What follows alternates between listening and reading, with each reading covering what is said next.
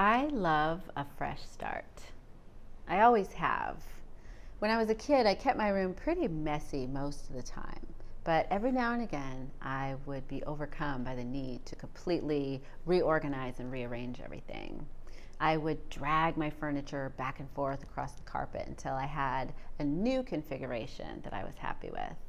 Then I would sit on the bed and admire my work, but the deeper satisfaction came in the morning when I opened my eyes and found myself in a brand new room. I always really like that feeling of a new beginning. I still do, but sometimes it takes more than just rearranging the furniture, right? Sometimes we want to rearrange our whole outlook or the way we show up in the world. That's what I want to talk about today. But first, I want to ask you to put your hand on your heart and think of one thing that you would never, ever do, but that you always wished you could. Okay, one thing that you would never do, but that you always wished you could. For me, it would be to jump off a cliff into water. I have seen people do it. The thought terrifies me, but I always wished I could do that. For you, maybe it's to dance burlesque, or to confess your love to someone, or maybe swim with sharks. If you need a second, go ahead and pause the recording and think of something that you would never do, but that you always wished you could. And once you have it, leave your hand on your heart and imagine that someone comes to your door and they say to you, it's now or never. They're offering you the opportunity to do that one thing, and you can go through the door and do it, or you can slam the door and you'll never have the chance to do it again. Really picture that. How is your heart feeling? Is it beating a little bit harder? If it is, write that thing down on a sticky note. If it's not, maybe pause the recording and find something that does make your heart beat a little bit harder, because that feeling, that thrill and that terror at the thought of doing the scary thing, that can be the thing that changes your whole outlook and that rearranges the way that you show up in the world. Because it's a risk, and risks, they give us new opportunities. They give us confidence. Risks spur creativity, and they make us fully present in the moment. But the type of risks we choose matters too. While just about any risk is going to give us a thrill in the moment, there are other risks that can reward you and you'll get the benefits for years to come, maybe even your whole life. In my experience, the deepest and scariest risks, the most rewarding, are those that involve authenticity, as showing up as who we really are. Now, that's not always clear. What does that really mean? But I believe that if you look back at the risks that you took as a child, they can help point you in the right direction and kind of guide you to the types of risks that might suit you today. I was 8 years old when I took my first really big risk. I told an adult that my dad had been molesting me for several years. I don't remember the exact moment that I told, but I do remember later sitting at the police station with a police officer and a social worker and telling them my story.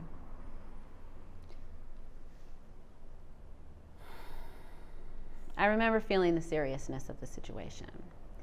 And I remember feeling important. This was the first time that any adult had looked me in the eye, asked me my experience, asked me what I knew, and then leaned in closer to hear what I had to say. It was a new feeling. It was like I mattered. And that feeling was like maybe the emotional equivalent of waking up in a room with the furniture rearranged. So you know what I did? I went and I told everyone. I believed the police officer and the social worker when they said I had done a good thing, when they said that speaking up was a good thing. So I went and I told everyone I came into contact with, I said, my dad molested me, but I told, and he might go to jail.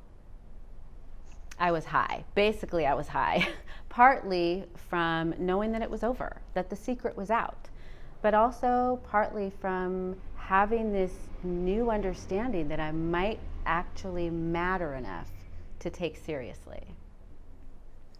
Unfortunately, a terribly mean girl from my neighborhood went around the school saying Beth fucked her dad. It was devastating. My brother got in a fight at school about it, and my mom seemed mad at me all the time. It was like waking up from a beautiful dream and finding yourself cold, alone, and in the dark.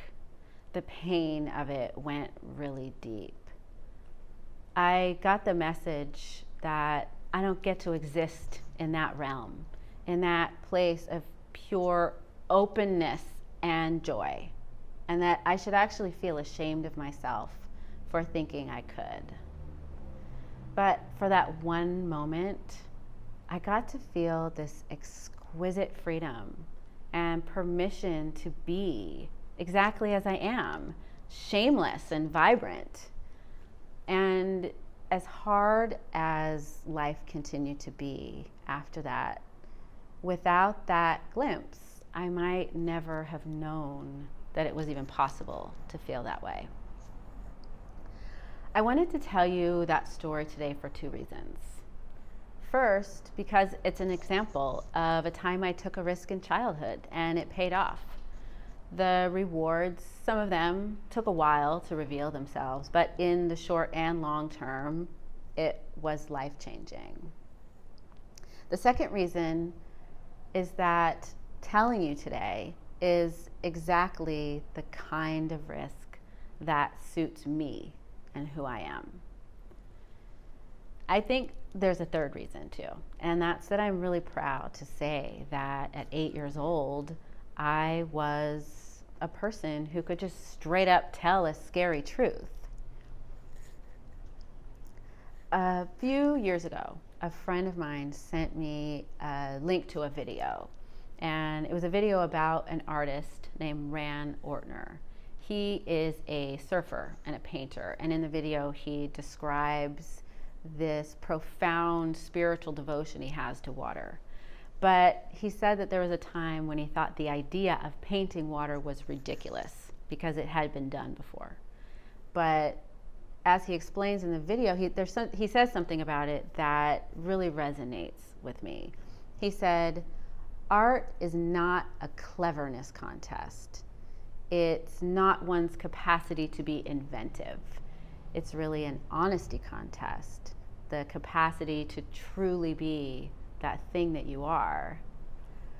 I believe that for most of us, being the thing that we truly are is the biggest and scariest risk there is. But I also believe that if we follow our beating hearts through those smaller risks of taking a burlesque class or confessing our love to someone, we get closer and closer to who we really are. I had a recent experience that helped me understand that in order to become a person who takes risks, you have to take risks. So I've been working from home for 10 years. And my work as a journalist takes me out into the world to have experiences, and I come home and I write about them. But I sort of transitioned into content marketing and copywriting and other types of work that came to me in my inbox, and the conversations I had about the work took place by email.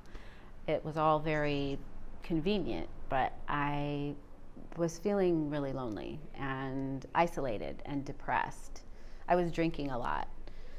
I had a lot to feel grateful for, but emotionally I was really struggling. So I decided I needed two things. One, to quit drinking, which I did. And two, I decided that I needed to get out of the house. So I signed up for a membership at a collaborative co-working space called You Belong Here. It's run by these two very cool women named Nick Rock and Stacy Keck, and I just wanted to be around them. So I would go a couple days a week and kind of hunker down over my computer, watch the artists and creatives kind of coming and going, and I wanted to be a part of it. I didn't want to just be among them. I wanted to engage. So when Stacy, who's a photographer, said that she was offering creative headshots, I signed up. I didn't have a need for headshots. I didn't even really know what that meant, creative headshots, but I signed up anyway. And I thought, I want to show up for these pictures in the most authentic way that I can. But what does that mean? So I went home and I journaled about it a little bit. And I concluded that in my art, I aspire to tell an intimate and honest truth in a powerful way. I really aspire to lay myself bare. So I thought, aha, I'll get naked. Yes, naked headshots. I showed up to the photo shoot with a pair of combat boots and a bunny mask, and I thought, yeah, that's edgy. It shows my toughness and my vulnerability, and I'm gonna be so badass. Well, the shoot was awkward. I felt awkward. I'm no model, but I did it anyway, and doing it was kind of exhilarating. I thought maybe the awkwardness that I felt was not going to show up in the pictures. The pictures would paint a different picture, and I would be more like the me version of Lizzo, all beautiful and badass. Well, when I saw the pictures, I was mortified. All I could see in them was my aging body and my old tan lines and weird patches of skin discoloration. I did not look cool or edgy. I looked corny. To anyone else, maybe it would have been just an embarrassment or a disappointment. But those pictures sent me spiraling out of control with self-loathing. I was disgusted with myself. I was in so much turmoil about it. It was the deep pit of feelings I was having about it were way out of proportion to the event itself. The only thing I could think to do to get out of it was to make art. So I took the picture I hated the least and I photocopied it 100 times. And I decided to make a collage. So I started cutting around the shape of my body over and over and over again. And as I did, it occurred to me that the shame and humiliation I felt was not about the way my body looked, because my body looked fine. It was about who I was. I was ashamed of myself for being unashamed. I was ashamed of myself for being so out there. And as I cut and made this collage, I realized that shame went all the way back to when I was 8 years old. And I was high from having released this secret that I had been sexually abused. And here I was, high and feeling exuberant and nude, but the same voice that I had internalized way back then came in and said, you don't get to exist in that realm, and you should be ashamed of yourself for even thinking that you could. As I was creating this collage, I could hear that voice clearly. But then something else happened. A question popped up into my mind. And it's a question I'm going to pose to you in just a minute. But first, I want to tell you something quickly about my husband.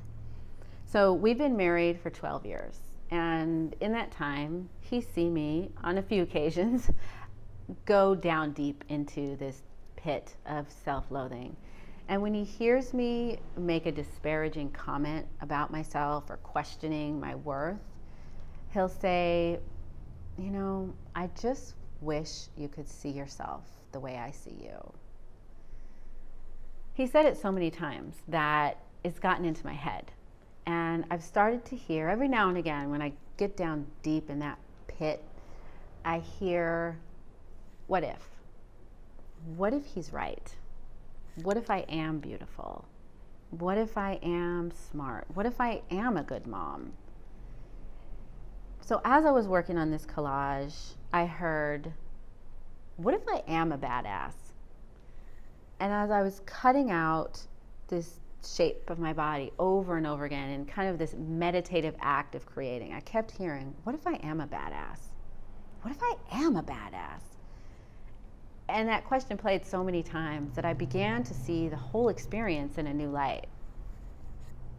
When I showed up at that photo shoot and I took off all my clothes, I may not have had the best concept. I may not have had the best execution, but I showed up as the truest version of myself, a little wild, a little bold, and a little shameless in a good way.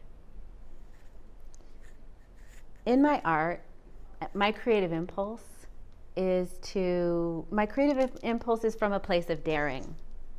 I aspire to reach down and present the realest and truest truth, just like I did when I was a kid.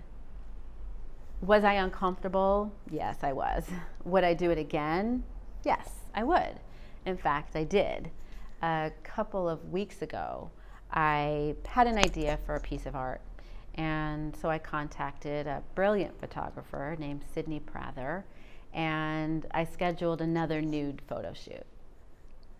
The night before, I very seriously considered canceling, and in the morning, I actually prayed that there would be a cancellation text from Sydney, but there wasn't. So I went and I did the shoot. Like a badass. Am I in that case? Yes, I am. But that doesn't mean you have to be. Your risks might be quieter. They might be more fully clothed. But as long as they make your heart beat a little bit, and as long as they bear some real connection to who you are, then no matter how they turn out, those risks are going to reboot something essential in yourself. So take a look at your sticky note. You may not be ready to take that risk quite yet, but don't get rid of that piece of paper. Put it up someplace where you can see it every once in a while. And when you pass by it, ask yourself, what if? What if I am brave enough? What if I can save enough money? What if I am smart enough? The simple possibility contained in that question might just be the thing that changes everything about the way you see yourself, the way you show up in the world. In the meantime, there are a million little risks you can take in a day, a week, or a month. And if you're not ready for that and all you want is a simple change of perspective, then I highly recommend rearranging your bedroom furniture.